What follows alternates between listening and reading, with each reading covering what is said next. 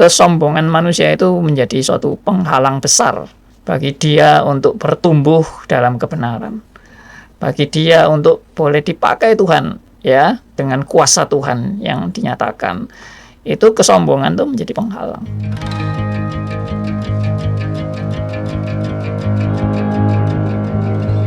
Salam jumpa pendengar semuanya, kembali dalam program Back to the Bible dari Radio Beda. Masih bersama dengan Pendeta Andi Halim. Salam jumpa Pak Andi. Salam jumpa. Kita membahas tentang 2 Korintus 12 secara keseluruhan dari awal, dari ayat yang ke-7 ya Pak ya sebenarnya ya, sampai ayat yang ke-10. Kita sudah hampir menuju ke pembahasan terakhir kita ya.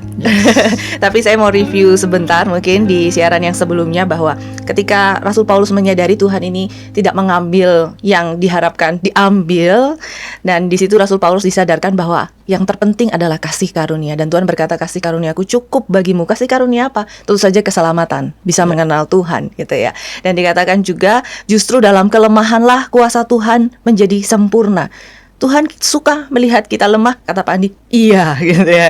Karena justru ketika manusia merasa lemah di hadapan Tuhan, berarti di situ manusia mengakui bahwa Tuhan yang paling berkuasa gitu ya Pak. Dan Tuhan pun suka ketika manusia berserah kepadanya.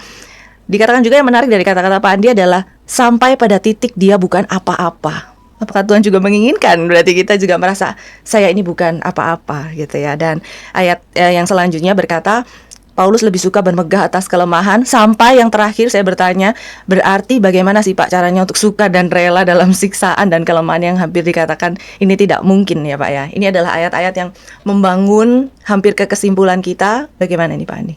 Ya, jadi kalau kita melihat semua proses ini adalah proses penghancuran diri dari keakuan seseorang.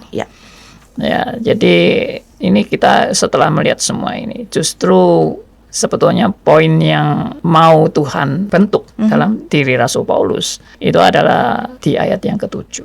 Ya, mungkin bisa dibaca ulang oleh Adelia, ayat yang ke-7. 2 Korintus 12 ayat 7.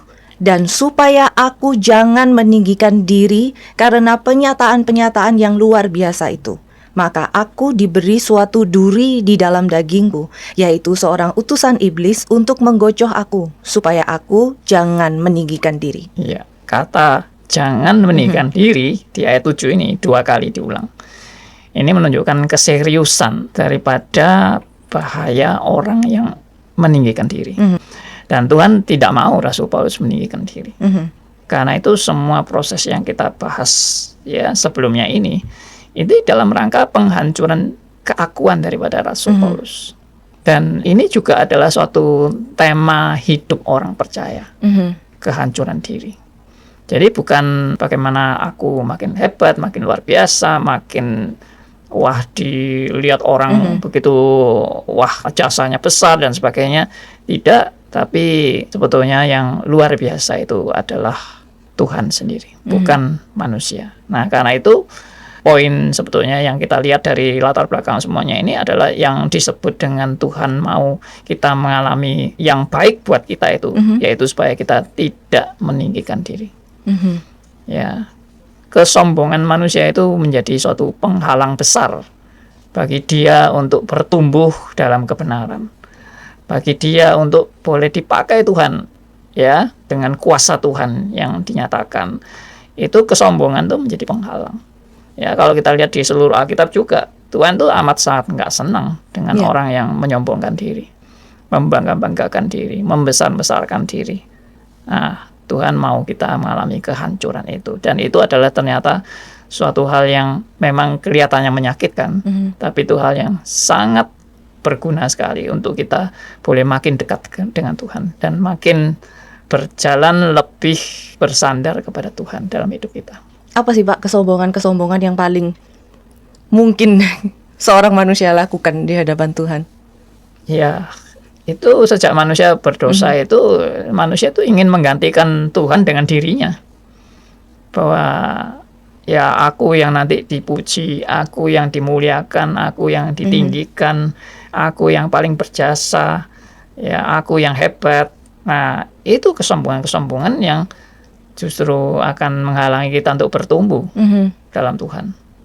Ya, ternyata ini sangat dari awal pun sudah kesombongan ini ingin menggantikan Tuhan gitu ya Pak ya. Ingin. Karena kalau kita merasa diri pintar, tentu saja kita sudah nggak bisa belajar lagi ya. Sedangkan Tuhan itu ingin kita semua mengalami penghancuran diri. Kata yang sulit ya, hancur ya Pak ya, sampai hancur ini kata-kata. Ini memang iblis itu seringkali menggoda kita untuk ya itu tadi, kita meninggikan diri justru. Contohnya Adam dan Hawa sebelum jatuh dalam dosa, apa yang ditawarkan iblis? Kamu akan menjadi seperti Allah. Jadi wah, kamu akan menjadi hebat, kamu akan menjadi luar biasa. Nah, Adam dan Hawa juga tergoda untuk mau menjadi seperti Allah. Nah, ternyata godaan itu sampai hari ini juga muncul terus. Nah, Tuhan yang justru mendidik kita untuk kita mengalami kehancuran diri. Berarti kita harus bersyukur ya Pak ya sebenarnya kalau kita mengalami alat yang negatif sekalipun dari Allah ini ya. Karena artinya Allah sedang membentuk kita dan terus menjaga kita untuk berjalan di dalam tujuan akhir yang Tuhan tetapkan, yaitu keselamatan. Terima kasih Pak Andi. Terima kasih. Kita harus akhiri program Back to the Bible kita kali ini. Sampai jumpa di episode yang selanjutnya.